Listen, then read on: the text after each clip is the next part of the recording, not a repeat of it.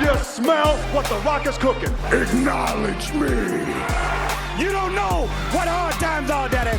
We are bad to the bone. Get it? Bad to the bone. Tell me when I'm telling lies. I'll fight anybody. Who do you want? Just let me fight him. Let me tell you something, Jim Ross. Mega power, yeah. We got it for you. We are the best of the best. Woo! Wheeling dealing. Smart marks. And that's the bottom line, cause Stone Cold said so. Welcome to another episode of Talk 'em in the Building, a pro wrestling podcast where we focus strictly on the promo. We talk about the talkers, we hype the hype man, and of course we pontificate upon the promo. I'm Adrian. You already know it's no BS coming from me. I'm joined by the fellas, the team. We got Greg, we got Out of Lead. They're here. They're ready to rock and roll.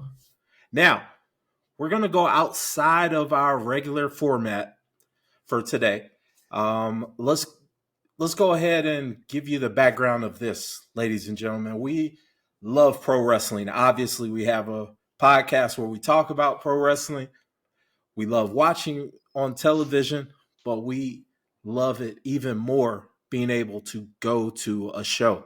Hell, we travel to shows. That's part of the reason why we're friends, because we all met traveling to different shows and grew that bond as being good, solid dudes and friends. I consider you guys friends and brothers. So with that being said, today's episode is going to be the first of many, I would say, especially this summer, because this summer's hot and some great shows that I know a number of us won't be missing.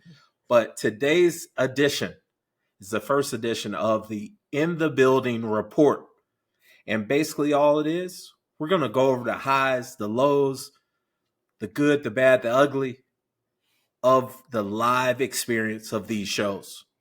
So for the first episode, for the first crack at it, our co-host Out of Lead had the pleasure of attending, as you can see on this shirt, the WWE AAA Worlds Collide show that happened. And we're going to talk about that, man. Out of Lead, let's go ahead and get into it, man. How did you enjoy Worlds Collide? Man, I got to set it up. The short answer is incredibly solid show. For sure. Positioned to be historic, and really it didn't feel like it at the beginning. It felt like, okay, they're launching a brand, they're repositioning it, and by the end I was like, wow, they really brought out heavy hitters, and it really felt like a significant show, like something that could ultimately stand on its own 2 feet with that WWE monster behind them. So initial thoughts was incredibly solid show. We'll get into the specifics of the crowd and everything else, but top to bottom, like no filler. Even the filler matches, supposed were entertaining, were enjoyable. It was hard to kind of step out and try to go to the restroom for a couple seconds, because you're like, okay, what's going to come up next? Right. Usually if you watch a Raw or SmackDown, you're like, okay, I can dip out right here. Right. And that's the one thing where you've been watching pro wrestling long enough, you pick up on the tropes, and when Definitely. It's a cool down match and whatnot. But this was a real solid show. Real fun time, and they really did end up catering to the audience that was really gonna make up most of this crowd, which was a very Latino, even I'll dare say Mexican heavy audience, because Definitely. There were moments in the show you really did feel a little bit like you were in Mexico City or in Guadalajara or something like that, or in East LA. Yeah. Shout out to East LA. Yo, that place. But yeah, man, it was the first venture, or the first event post the announcement of the partnership between WWE and AAA. That's a big deal. It's a big opportunity on both ends. And I think they knocked it out the park. They gave you an authentic feel for a Lucha Libre show. I've been to plenty of Lucha Libre shows, and like you said, it was extremely authentic. And we got to think about it from a global standpoint. How many wrestling fans have never watched a full Lucha Libre show? Like, they're familiar with luchadors, But as a full Lucha Libre show, that was their first experience. And I really do think that WWE knocked it out the park. No, and to your point, I think they added gravitas to the show that I really didn't expect. I really thought it was going to be a showcase, which it was. Yeah. But I didn't expect, Triple H to come out, and the crowd wasn't expecting that. Now, Right. I don't know if I didn't watch the beginning of the show to see it, but it doesn't seem like they showed Triple H and Shawn Michaels entrances. But live, they did the full package. I mean, in full suits, whatnot. Right. But the crowd was just thrown off. It's like, what the hell are they doing here? Like, it makes sense after the fact. And then, you had the AAA representation and very, very traditional, which is hilarious to me because AAA was launched as an untraditional response to CMLL. It wasn't supposed to be. This is a reason why Psycho Clown exists. And you got all these real colorful characters because CMLL was very traditional and they took their wrestling very seriously, very throwback, Right. And they were a response to that in the 90s. And, so it's funny to see them position AAA as this very, we're going back to the roots and, Right. It's always weird. It's always weird hearing Triple H say that. Yeah. Yeah. It's a little bit of a retcon if we're talking like comic book speak, right? So, interesting times, but I thought that was cool too, because, like the Peñas, they've owned, I mean, they've been AAA and there was that response. And, that's an interesting twist down to the national anthem in the beginning, which, people, live, we knew she, she flubbed the line here and there, but that's interesting to me. That's like, not, to acknowledge that, hey, we're going to honor that tradition. We're not going to discount it and make this WWE light or a version of WWE, which it will be eventually. Right. But it's honoring the characters, the pro wrestlers that are already there. And I think that's what, for me, what's going to keep me watching. It's like you're not diluting what's already existing. It's you're polishing it. Right.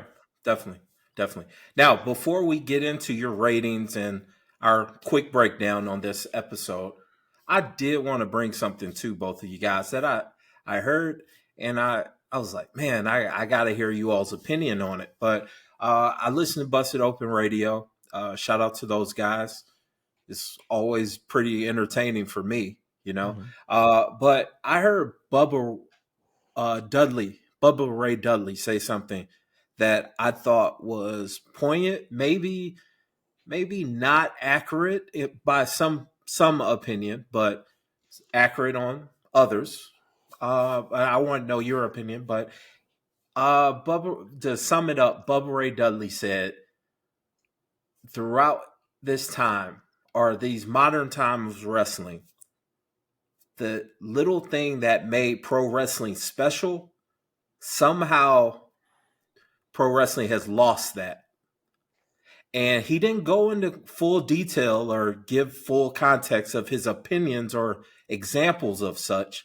But I just thought that simple little statement was enough for a full podcast. You know what I'm saying? And the sense of, do you agree with that? Do you disagree? But let's go ahead and just get into it, Greg. Like, what's your opinion of it? Do you agree with Bubba Ray Dudley? I mean, it depends on what he's talking about as far as it lost, right? I don't know that it's lost it, but it's changed. And I think the other problem is we get so wrapped up into the IWC because we're a part of it. That's where it's lost it. That's where we overanalyze everything. But it's not just IWC. It's the Star Wars universe. It's the Game of Thrones universe. It's all these other universes that they just rip. Like, let's use Star Wars. I love Star Wars. They rip the last 3 movies. Yes. But the new generation doesn't. The new kids don't. That's theirs. It's the people who are ripping it are the ones from the original 3, episode 4, 5, and 6. And that's what wrestling is. It's the same thing. It's those who came from the 80s, ripped the 90s, ripped the Attitude Era. Those who came into the Attitude Era, ripped today. They want to know everything. I mean, I know we're going to talk about AAA, but think about the whole R-Truth thing. Is it a work? Is it not? I don't care. Right. I don't care. Man, that's the I'm same thing I was invested. saying. I was like, The fact that Triple same H, exact Triple thing. H sat there and said, "Are you enjoying the show? Okay, good." And people Mm, go, "Oh, he lied to us." No, he didn't. He just didn't answer the question, mm. and I He was don't being a care. professional wrestler. 100%. And I'm like, the thing is, I think The leader of a pro wrestling company. Right. pro Right. wrestling hasn't lost the magic. The fans have. And when I Okay. sit back and I look at where does that blame lie, dude, this is a bigger podcast. I look right at a Meltzer. I look right at a PW Torch. I look right at a ProWrestling.net.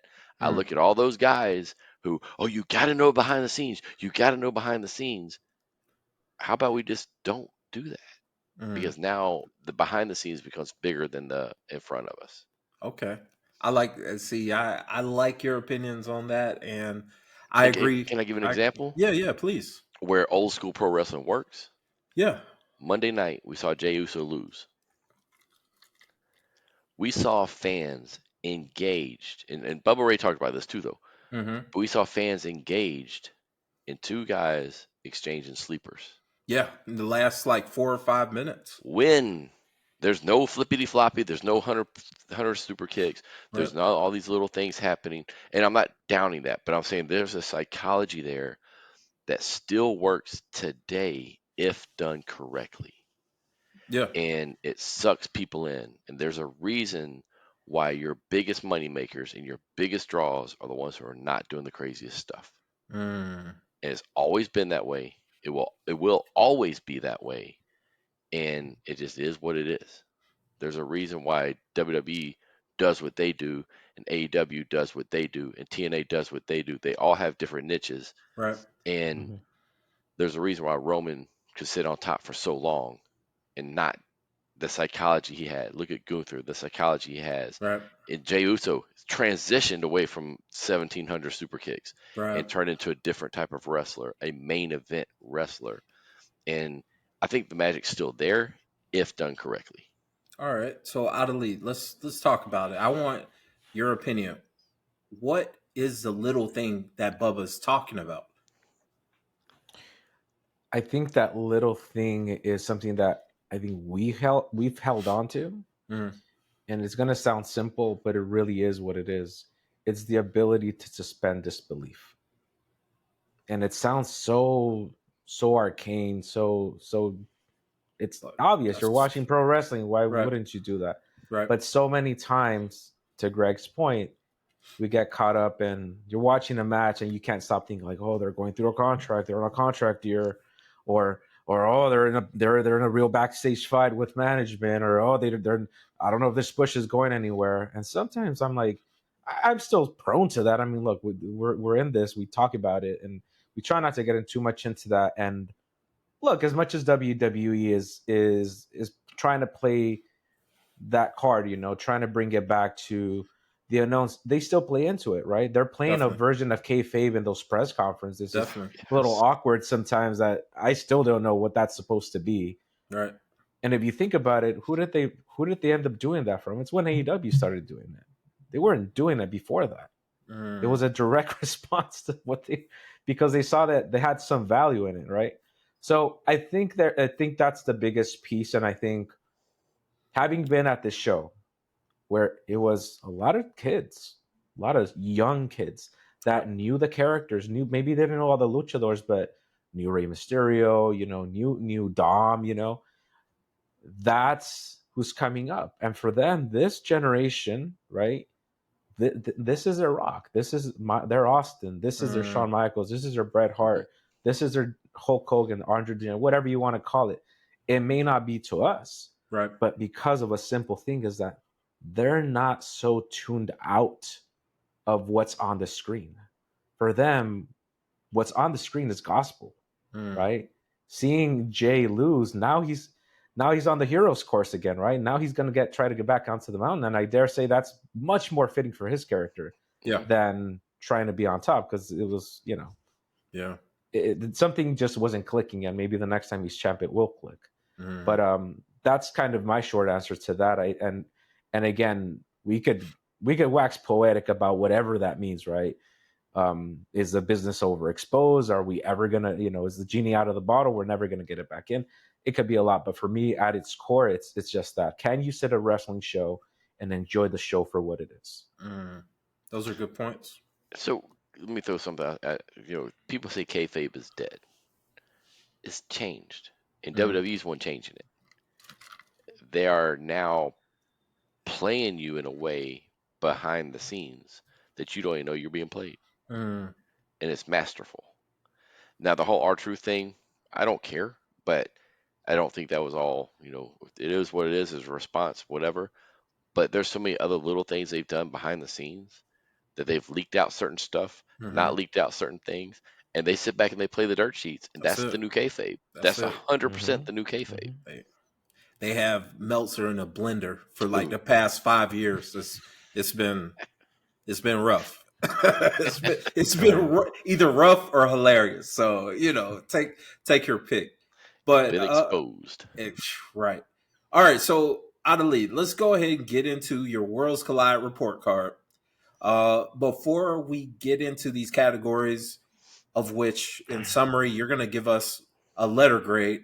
I'm sorry, it's the summer, but you're the trained professional of offering letter grades. But before we get into that, I want to ask the most important question. Who or what talked you into the building for that show? I thought you were going to say the most important question. So, Mr. Iguana. Yeah, right. We're going to definitely talk about him. We'll get there. Yeah. Man, you know what? It was one of those things. I'm going to be fully transparent here. I bought the ticket the night before the show. I had an exhausting week. It was very tiring. I was convinced by my wife. Said, like, I will get you there. You don't even have to get parking. I will get you there, and you have a good time. So it was that last minute purchase. But what really put me over the top for me was seeing talent that I've never seen on WWE TV, and seeing it's almost like I'm going to throw back to the 90s sitcoms, right? You'd always get that crossover with the one guy from Full House would show up on, Family Matters, or Urkel showed up on Full House, I think, Step by Step, Step by Step, right? Yeah. And then Vicky from this kidding. I could go on, but it felt a little bit like that, like kind of the unknown. And honestly, the tickets were cheaper. It was early. Man, I was done by 2. I was home by 3. I was like ready to go. That's it. That's it. It was a perfect setup for Money in the Bank, also, man. Oh yeah, a lot of people just walked over. It was crazy, and that's awesome.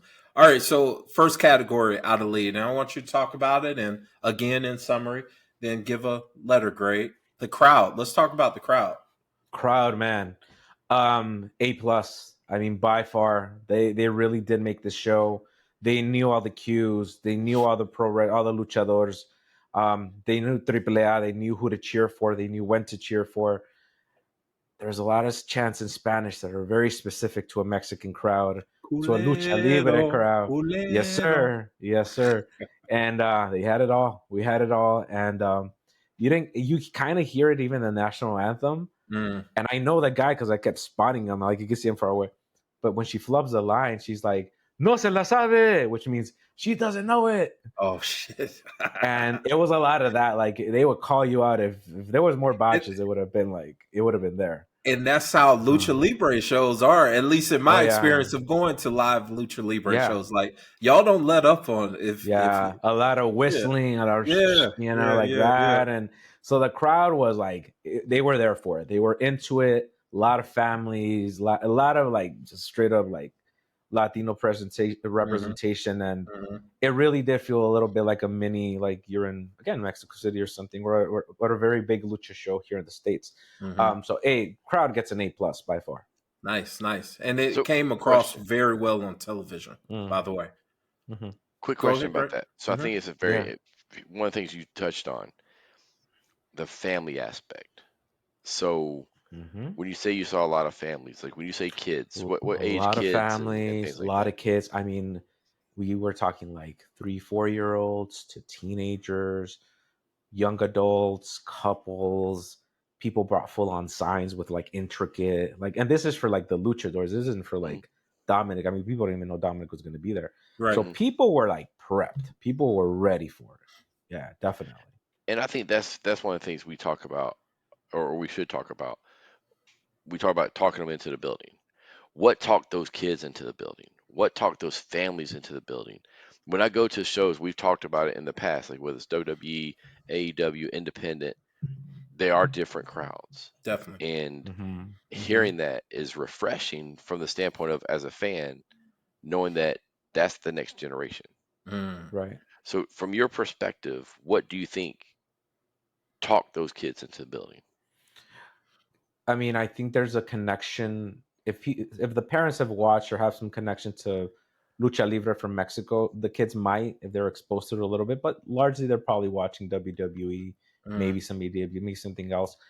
And it's this bridging, right? Because in Guadalajara and in Mexico City, you do have those weekly shows. You have the kids show, the Sunday afternoon show, where it's literally geared for families. It's a very family friendly show where it's not violent, it's not vulgar, anything like that. So there is already that precedent set with Mexican wrestling, with lucha libre, that kind of dovetailed naturally here, where it's like, okay, this is a real production. It's the Kia Forum, like this is legit. Right. And I know for example, one of the it was a father and son that were right next to me.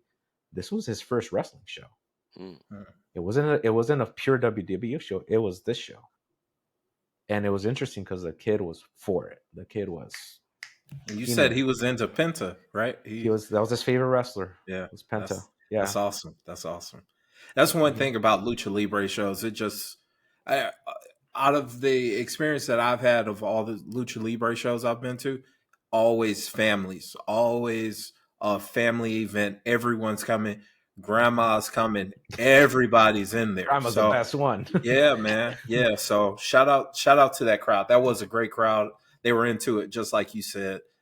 Next category, production. So we're talking about the entrances, music, the visuals. Give me your perspective as being in there. They really tried to present it, at least, with the limits they had. Kia Forum's a smaller arena. Backside of the arena was they didn't use, was cordoned off. Top upper deck was pretty much cordoned off. So it's like it was a real tight crowd. But the setup was unique. I mean, it was all screen based, nothing fancy. There was no pyro. There was no I don't remember any smoke effects. They had lasers. That's about it. And some LEDs and whatnot, kind of adding a little flavor. I really like the ring. I like how it was like white, and then they had the Mexican colored ropes. Yeah. Not a lot of advertising, which was interesting. I was surprised. I was expecting more. But everything else, production wise, it was a full on WWE production. So I'll kind of get to the point here. I had a really bad seat. I complained because I literally had just that obstructive a railing view in front of me, and it wasn't advertised that way. So I complained, and I ended up in the floor. Nice. So shout out Kia Forum and the workers. Thank you very much. Right. Heck yeah. And I ended up right next to the stage, kind of like in the last row. I'm in that row, and I'm right next to the crane. So the crane's like, if I pitch back a little bit or stand or jump, I bought my head on the little crane dolly thing. But right behind that soundboard, the hard camera, a bunch of executives and people, down to the point where Nick Khan walks past me with his son. Wow, it was wild, So. I mean, they were there. The heavy hitters were definitely there. Obviously, Triple H and Shawn Michaels are there. But I really think this was they're coming out. They were really trying to gauge, all right, what did we exactly buy, and how is it going to be received? Definitely. I don't think this will be replicated just because it's LA.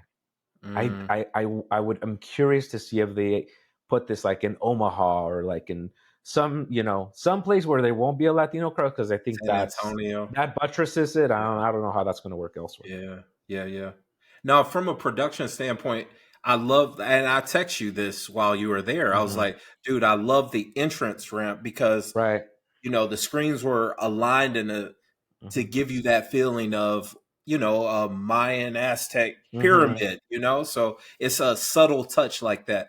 The ring ropes, those were beautiful. It was a nice looking scene, but what brought it all together were those WWE style vignettes to get you caught up on characters. because it was an introduction as for Exactly. most wrestling fans. Again, and I'm going to use that word gravitas because even like the intro with Rey Mysterio's voiceover, and from what I understand, I can't verify it. Maybe I read it in passing, and forgive me if I'm getting this wrong. It seems like this was a Jeremy Borash production. Yeah, that makes sense. That makes sense. That says a he's lot in charge. because, From what I saw, he's in charge of AAA. Nice. Yeah. So that already is a win to me. I don't expect anything but good things, man. Yeah, that's going to be amazing every time. Yeah. So one quick thing, Adrian, you said that about the vignettes.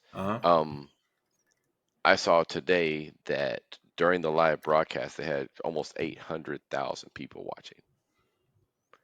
So that tells you, because AAA by themselves never came close to that, and that's okay. No. But that kind of tells you that WWE knew their power. Right. Does the introduction vignettes, and now they're doing it correctly, right? They didn't just assume that people know, and a lot of other companies can take note. Right. Don't assume right. that people know who these people are. Just because they've been on TV in Mexico or TV or even in NXT or wherever, don't just assume people know who they are. That's a good point. So, I just thought that was huge, and it was like I think within 48 hours they had over 4 million views. Yeah, and that's what I was going to say if I remember correctly. But live broadcast over almost 800,000. That's awesome. That's awesome. Yeah. So, what was your grade for production out of Elite? I'd give it a solid. I think it's a B for me, just because I thought they were limited by the space, and I can see them just creating more. Okay, got you. Okay, let's go to one of my favorite categories: merchandise. I see your shirt. It looks awesome. It looks sweet. Bonus points because it's not a black shirt. I hate black wrestling shirts. It's actually like beige, kind of like cream colored. Yeah. Perfect. Anything that's not just a black wrestling shirt is A+ for me. But I want to know, what was your experience with the merch line? Was it more like a WWE type deal? Because it's a lot of AAA, employees and product and stuff. Like, how did that work out? So I've been there. I've been to the forum and just to WWE shows enough. Even AEW shows actually at the same venue, where the setup is the same. There's a concourse. There's like little mini merch stands, and they're all run by the arena staff, obviously. And then outside they have kind of like I'm going to call it a giant food truck, for lack of a better word.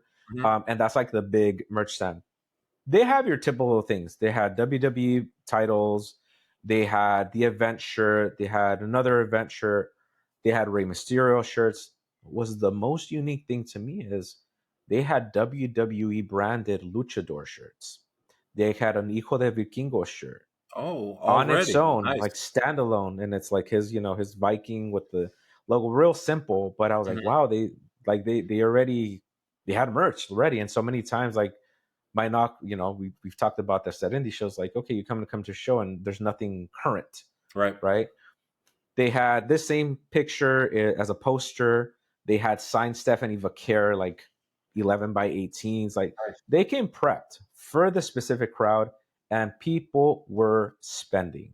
I mean, people, by the time we got out and we were I'm like, I only see what's left. It was pretty much like one or two things. The event shirt sold out. The Mysterio shirt sold out super quickly, and that one I think's been around. First. That's like, I don't think that's a new shirt either. What's that? I bet that was first thing to sell out. Normally, race stuff definitely. Always sells. The program sold out. So yeah, it was a real. And I mean, I literally saw a guy in front of me just buy a straight up championship belt, $600. I was like, wow, glory. Yes, sir. And it's like, oh my goodness. So is that an A? It's sounding like that's an A. I give it an A in the context of most wrestling shows that I go to. I don't want to buy anything, so fair. I'm like, I'm good. I'll save my $40. Got you. Okay, let's go concessions quickly. What did you get any of their food? How was it? It's stadium food. We don't have to get into it. It's, all right, cool. It's fine. They try and it's your typical. They pepper in a couple of things here and there, but if you've been to any modern stadium, it's pretty much the same. So nothing out of the norm or anything. It's a C. It's fine. Okay. Word. Okay, and last question, at least before we get into your overall grade. who stole the show, and why is his name Mr. Iguana? Oh man, the Mexican Danhausen, as I've heard him speak when it damn near works. same vibes, man. Yeah, I know, man. That opening match, dude. It's nobody. I didn't expect it because he's not. He's a total comedy character. Like I mean, it's crazy how people connected to him. Mm-hmm. But I was just listening to an interview he did on the Mexican side with Mexican media, Okay. and obviously, he's speaking normally, and they asked him like, "Did you expect that reaction?" He's like, "Honestly," he said, "it's a little bit easier to connect with an American crowd because I just have to be the gimmick, and in Mexico, there's this higher expectation on. I hate using the words, 'cause I'm not a wrestler, but work rate, right?" And it's easier for Americans to kind of see past that. He's a fine wrestler. I mean, you saw him on the ring. Yeah. But just the in Mexico it was kind of like he has his supporters. Don't get me wrong, but the knock was like, "Well, you don't look like a wrestler, or you're not the best wrestler." And he said, like, it's actually a little better for me with an American crowd because just me being me, right? And he has catchphrases, and he has merch, and I mean, I think he has a licensed mask, like a Halloween mask, like for years. Nice. So it's like merch is out there. It's just stateside. Okay. It was an impactful man from the beginning. Wow. Yeah, he was over. He was over like Rover, man. Oof, it was something else. You know, he's like a 1A and a 1B, maybe a Vikingo or something. But no, I mean everybody was in tune with everybody, with all the wrestlers on screen. I mean, Stephanie Vaquera obviously always gets like a tremendous reaction. The ladies, even those that didn't know, like Dalis or Tormenta, but even later the trios match with the Legado de Fantasma, and that was a cool match because fun match. It was a fun match. It's like it's like Pagano. Like it blows my mind to see these guys like interact. Basically, just I mean, knowing like Santos Escobar and like the whole like his background and knowing where he comes from, but just like all these generations of families continuing to interact. But I mean, I love the 4-way with Ethan Page, Javon Evans, just put it over the top. Huge props to that guy. Yeah. And it's hilarious because everybody points to that last shot where he's like, he stands out amongst like all the other Mexicans, and he's like, but he delivered, man. He delivered, and Ethan is still there. That main event though, man, that had everybody on the edge of their seat. I mean, ultimately. So definitely standouts. Vikingo just put in the work, and you can't have that match without Gable. I mean, Gable is so damn good. Definitely. And this little niche he's found with the luchadors. Yeah, he earned his paycheck he gets this it, man. weekend. He earned it. He earned it this past weekend, man. But what I loved about that main event was the fact that Vikingo was grappling at the beginning. It wasn't a flippity doodah type. It's always that stigma with him coming from our first introduction to him. Most of us was on AEW and his match against Kenny, and it was a lot of flips and all of that stuff. This was a complete opposite, and Gable did a great job keeping him down or keeping him on the ground and trying to tell a story. And they effectively did it. Like it was the cleanest match, but it doesn't have to be because the story was clean. And I loved it. It was a great end to that show. To that end, I think this is just a great career extender for Vikingo because he was going so wild. Yeah. I mean, he was throwing everything but the kitchen sink. And I did remember hearing an interview with Ray where I think his advice to Vikingo, even when he was doing AEW stuff and things like that, was like, hey, just slow down. Calm down. Yeah. Like you don't have to do all that. And I think he's going to find it here where he can save, the 630. He can save these more death-defying moves for like the right move, the right occasion. For sure. And I think that's great. That's great for all of them because, just to preserve yourself. True. Very true. All right, man. Let's get down to it. What's your overall grade in our first in the building report? Man, I am super biased because everything about this show just went super well. So I'm going to give it a very solid A. I wouldn't give it an A+ just because there's more to grow. If I'm really Definitely. being harsh, I'm gonna say it was probably more like a B or a B plus. But that's just purely for the live experience. I'm really curious how they roll out this in the future, and they're still going to run Mexico. Obviously, that's never going away. But what does it look like now, and what do the continuing interactions? Something we didn't talk about, what I think is going to be key going forward, is integrating current talent and hot talent into these circles of wrestlers, because nobody had an expectation Dom was going to be there, and he got the reaction that we all wanted, right? That's true. It was a perfect use of his character, and it's going to be great if they keep doing something like that. Now, you brought up an interesting point with Dom. I'll ask you, how many people in that arena for Worlds Collide, after that angle with Dom in the octagon, how many after that segment or that interaction and the announcement that they were going to face each other at Money in the Bank, how many people do you think went on and bought a ticket right then and there to go? I think they definitely sold some, especially with that crowd. Oh yeah. Especially, I mean, it's, you're right there. Why not? Why not walk over? I mean, mind you, the tickets are super expensive, but right. I'm sure somebody walked over. Yeah, it was unexpected, and just, again, for me, knowing the history, like a Pentagon Junior and an Octagon, and you can get back into the politics of it, and the rights use right now. That was interesting to me, because like Octagon Junior is like he's one of the guys over there, right. And for them to acknowledge that, for me, is pretty huge. And that's why, like, once it happened, and this is the first match. At the end of the first match, they do that. Yep. And I'm just like, God damn, that's genius, man. Like, how many people were in that arena with the sole focus of, I'm going to enjoy this show and go home, but then they throw that at you and you're like, oh, hell no. And this is after Dom just finished being extra disrespectful. Like, we want to see this guy get his ass kicked. So we're going to go to Money in the Bank and watch a 4-minute match. But, it's too late. Oh my gosh! Yeah. All right. Well, that's what it was. Yeah, it was 4 minutes. I counted every minute. But that was a good review, Adelaide. I'm glad that you were able to represent the podcast and represent yourself, man. Shout out to you, and shout out to your wife for saying, I'm gonna drop you off and sit in traffic for my husband to be able to enjoy a wrestling match. So shout out to our wives. Yeah, shout out to always. Yeah. All right, well, listeners, we're going to do this more often or more frequently. We got a couple shows down the line. I know Atlanta has a couple shows in July.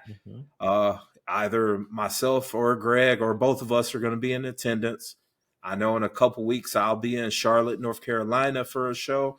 So we're going to not just do WWE, AEW shows. We're going to do TNA, if it's GCW, if one of us want to go through that, we'll go through that and watch it and review it. And, of course, the independents. So be on the lookout for Talking Pod. We're going to be at the next show. And listeners down below, comment down below, what show are you looking forward to attending? And give us some suggestions. We're Adelaide's out west. Me and Greg are in the southeast. And I mean, Greg's moving around everywhere because, that's being a sports dad. But once again, I'm Adrian. That's Greg and Ali. We're talking in the building, a pro wrestling podcast that focuses solely on the promo. We talk about the talkers. We hype the hype man. And, of course, we pontificate upon the promo, except for today, because today was our in the building report. Great job, Adelaide. We'll see you guys next week. Peace.